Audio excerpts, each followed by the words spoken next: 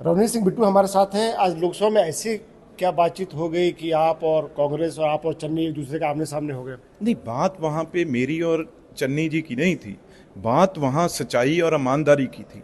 जब वो बात ये कर रहे थे भी यहाँ पे पहले अंग्रेज राज करते थे, गोरे राज करते थे, और आज भी सत्ता में हैं, वो रंग बदले हैं और वो गोरे बैठे हैं। तो मैंने उनको कहा भी आप थोड़ा ध्यान दीजिए, भी गोरा कौन है? गोरे आपके लीडर हैं। राहुल गांधी जी वहाँ पे बैठे थे। भाई गोरे हम हैं जहाँ आपके लीडर हैं, जहाँ आपकी पार्टी में गोरे हैं। तो इस पे आपने सोनिया गांधी का नाम भी लिया। मैंने नाम भी लिया, वो तो बिल्कुल रिकॉर्ड में है, उसमें कौन सा कोई झूठ है। मैं तो उनके सामने ये बोल रहा था। और दूसरी बात, उन्होंने मेरे, क्योंकि मुझे ये पता था भी एंड पहले एक ही चीज़ है उनके पास, वो बोलेंगे भी आपके दादाजी सरदार बेअंत सिंह जी ने, आप उधर बैठे हो आज बीजेपी में, वो तो कांग्रेस में थे जब उन्होंने कुर्बानी दी, शहादत दी। पहली बात मैंने कही, सरदार बेअंत सिंह जी किसी के थे, वो देश के थे, पंजाब के थे, वो कांग्रेस या किसी पार्टी के नहीं थे। उनकी कुर्बानी देश के लिए हुई। और इन लोगों को मैं कहना चाहता हूँ, अगर ये आज राजनीति में हैं और आज अगर ये जिंदा हैं, चाहे कांग्रेस वाले हों चाहे कोई हों, जितने भी यहाँ पे एमपी हैं, ये आज पॉलिटिक्स भी तभी कर रहे हैं। अगर सरदार बेअंत सिंह जी की कुर्बानी थी, आज जिंदा भी इसलिए हैं पंजाब में, अगर उन्होंने अमन चैन शांति लेके आए।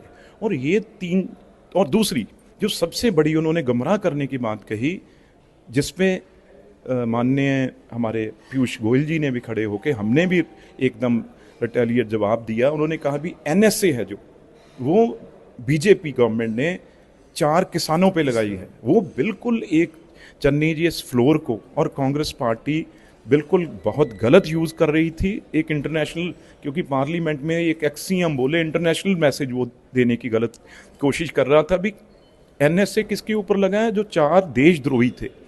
जैसे अमृतपाल की बात करूं, और उसके जो 7 लोग थे जो देश और पंजाब को तोड़ना चाहते थे, और ये किसानों को जानबूझ के किसानों का नाम लिए। तो जब हमने कहा भी इसका प्रूफ दो, यहाँ पे कौन से किसान हैं, किन किसान, गांव का नाम बताओ, उनका नाम बताओ, तो फिर एकदम बैक फुट पे आए। और उसके बाद हाउस एडजर्न हो गया, और उसकी बाद में उन्होंने बात नहीं की, कोई उसका वो जवाब, उनका नाम वो दे नहीं सके। और आज वो नहीं, सारी इंडिया अलायंस कांग्रेस पार्टी वो शर्मिंदा हुई। और तीसरी बात, उन्होंने ये भी कहा कि अमृतपाल को भी हाउस अटेंड करने देना चाहिए।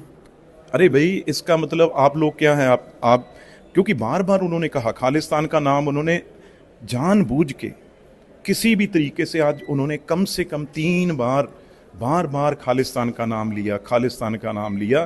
तो ये 5 यहाँ से, क्योंकि इलेक्शन में बहुत बड़ा पैसा, चंदा इनके पास खालिस्तान और किसान मूवमेंट के नाम पे ऊपर बहुत बड़ा फंड है जो कांग्रेस पार्टी को और आम आदमी पार्टी को, सबको इकट्ठा होके मिला है। इसलिए आज ये उनकी बात सदन में कर रहे थे।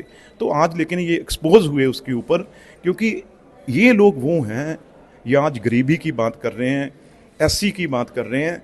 ये सबसे अमीर, अगर कोई मुख्यमंत्री होंगे, 2-3 मुख्यमंत्री, सबसे अमीर उसमें चरणजीत चन्नी जी हैं, जिसके, इनका अगर आप जो एफिडेविट देते हैं इलेक्शन कमीशन में, उसमें ही देख लीजिए, सबसे ज़्यादा पैसा इन्होंने भरा होगा, इतने ये पैसे वाले हैं।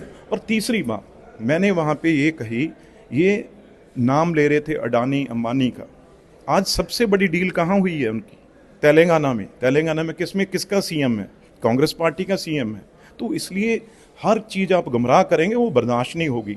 ठीक है, आप एक विपक्ष है, आपको बोलना, पर झूठ बोलने का बिल्कुल भी यहाँ पे कोई नहीं। और पंजाब को खास तौर पे आप भड़काने की कोशिश करोगे, चिंगारी लगाने की कोशिश करोगे, वो कतई भी बर्दाश्त नहीं किया जाएगा। शुक्रिया हमसे बात करने के लिए। आनंद पांडे, टीवी 9 भारतवर्ष।